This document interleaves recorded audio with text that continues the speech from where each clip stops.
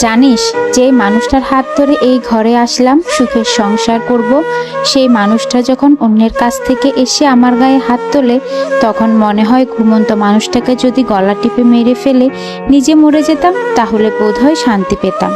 জানিস মনি, কয়েকদিন মাঝরাতে আমার এমন মনে হতো, সাথে সাথে তোর আর আব্বার চেহারা মনে পড়তো। তখন নিজেকে সামলে নিতাম, আমাকে তোদের জন্য বাঁচতে হবে। আমি আপার দিকে তাকিয়ে কান্না অবস্থায় কপালে একটা চুমু দিলাম আর বললাম, আপারে, অনেক কষ্ট করেছিস তুই।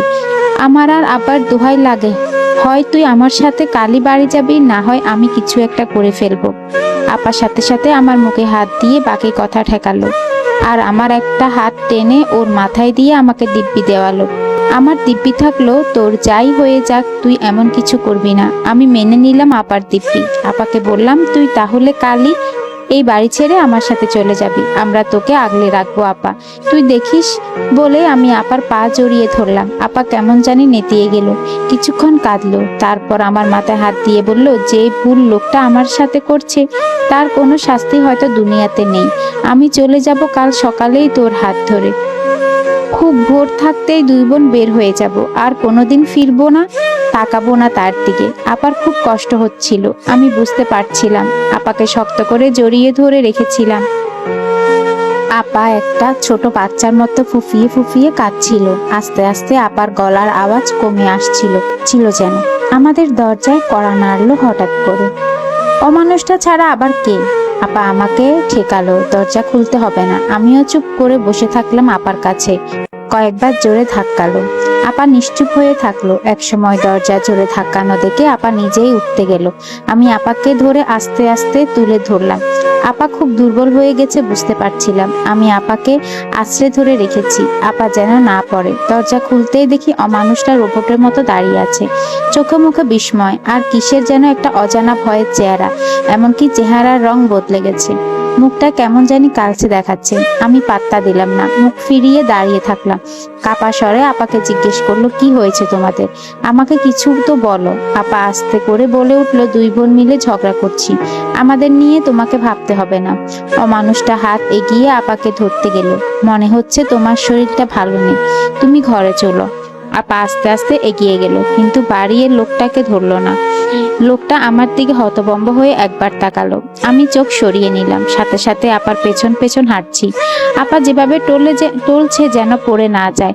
কয়েক পা এগিয়ে আপা থেমে গেল দেওয়াল ধরে। কেমন জানি হাঁপাতে হাঁপাতে বলে উঠলো, মনি, আমার শরীরটা খুব খারাপ লাগছে রে। আমি সাথে সাথে আপাকে ধরলাম। লোকটাও ছুটে এসে এক পাশে ধরলো আপার। আপার অবস্থা দেখে প্রচন্ড ঘাবড়ে গেলাম।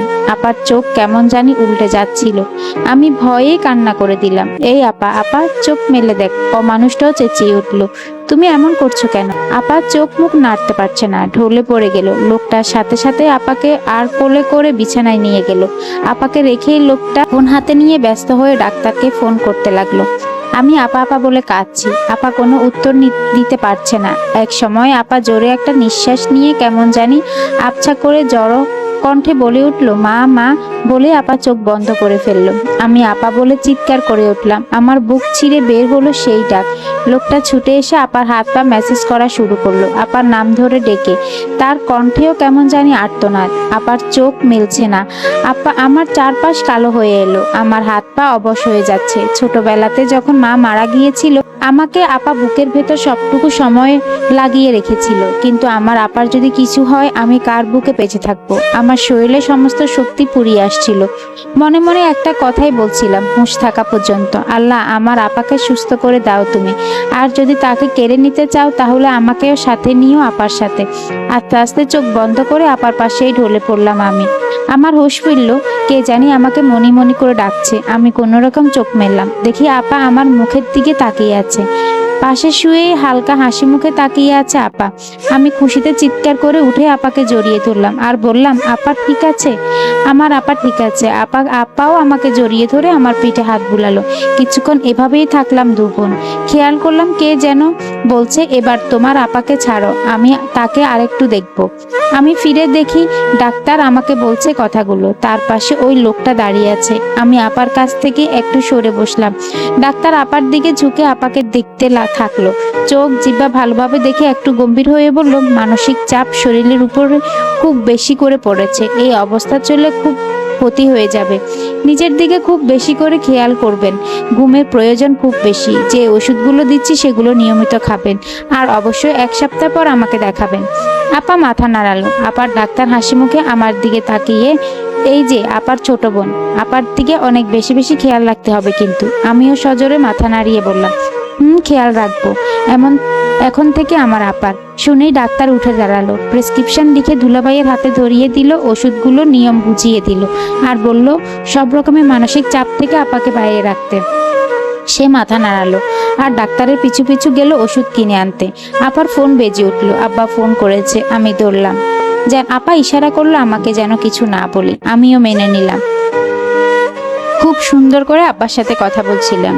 একসময় আব্বা প্রশ্ন করলো, কতদিন তোদের দেখি না মা, বাড়ি আসবি কবে? আমি আনমনে বলে ফেললাম, মনে করো আব্বা কাল ঘুম থেকে উঠে আমাদেরকে দেখবে চোখের সামনে।